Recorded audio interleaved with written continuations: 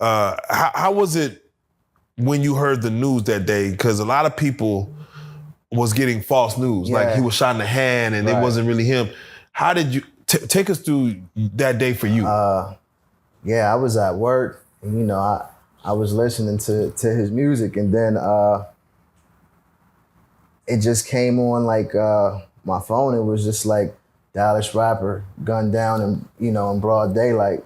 You know, I go in the bathroom on my break. You know, in the bathroom trying to figure out what's really going on, and you know, I didn't really know a lot of people I could call at the time. So I just kind of was just paying attention to the news and, you know, all of the internet stuff. And, you know, once they said that, you know, it was really the situation, it was tragic. You know, it was like you lost a friend, you know what I mean? And then for it to be that way, and then, you know, a little while later, you start kind of seeing the little clips, especially when you could see like, you know, the clip of him laying out there like that, and you know, with that purple, purple on, and then, you know, it was because, you know, I had seen a little Instagram clip he had did just a little bit before that, you know, like the night before when he was out in I guess Sacramento with doing the Get Money video with the Steez. Correct. So I was just like, man.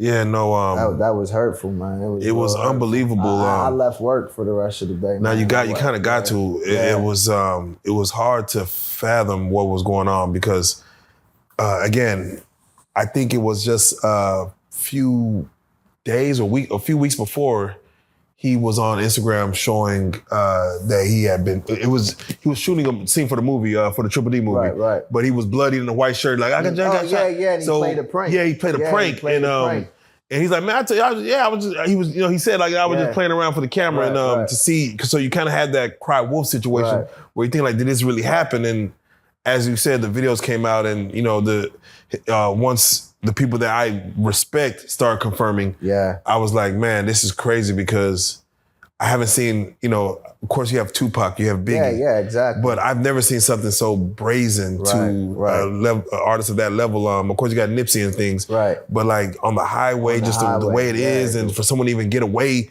on the highway from that is just like, it's crazy. Do you believe in the conspiracy theories of it all? Do you follow all that? Oh, man, I mean, you could really lose yourself. You know, I'm a big Tupac fan myself, so you know how they would say he's over in Cuba and all of that. I mean, you know, when you're a fan or you especially know somebody, you know, you always want to have a little bit of, maybe so, but you know, when I know the family, so it's like, you know, you just wish it was fake news, but it's still hard, you know, it's still hard.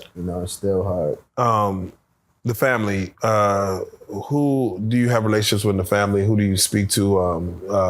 You know, what's your interactions with them? Yeah, I speak with MO3, you know, she called me son, Miss Nicole, you know, she's a great person, person. So humble. I mean, very humble. Like it's amazing how much she likes to detach herself from the entertainment world. And she's just really just a mother. I mean, she'll tell me all the time, I don't want nothing to do with the industry, baby. I don't want nothing to do with the industry. She was like, I did that one song, that's enough for me. That was enough. Yeah, no, that was enough. And you know, I'm cool with Gotti. You know, we hang out. You know, I Shout out Gotti yesterday. Definitely. You know, oh Lord. Come on now. You know, Charlotte, I spoke to. Come on. You know, I met his dad. Yes. You know, so I met a few of the family members, Charlotte, and definitely Deidre also. Of course, they had MO3 there, Forest Lane. That's where I met you. And I know his family did something more private. At the thing. Did you get a chance to go swing over there? I was too late for that. Yeah. It was hard. They had them both at the same time. And even normally, I'm always at the events in McKinney. Right. And but last year I was at what they had. Got a chance to meet, you know, a lot more of the family.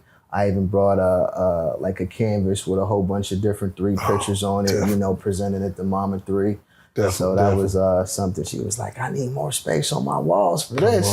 Come on.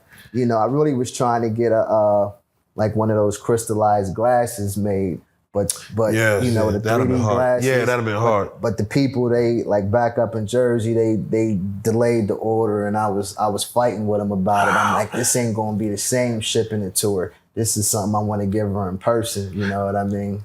How is Mo3's love like on the East Coast or anywhere else you go outside of Texas? You know what, man?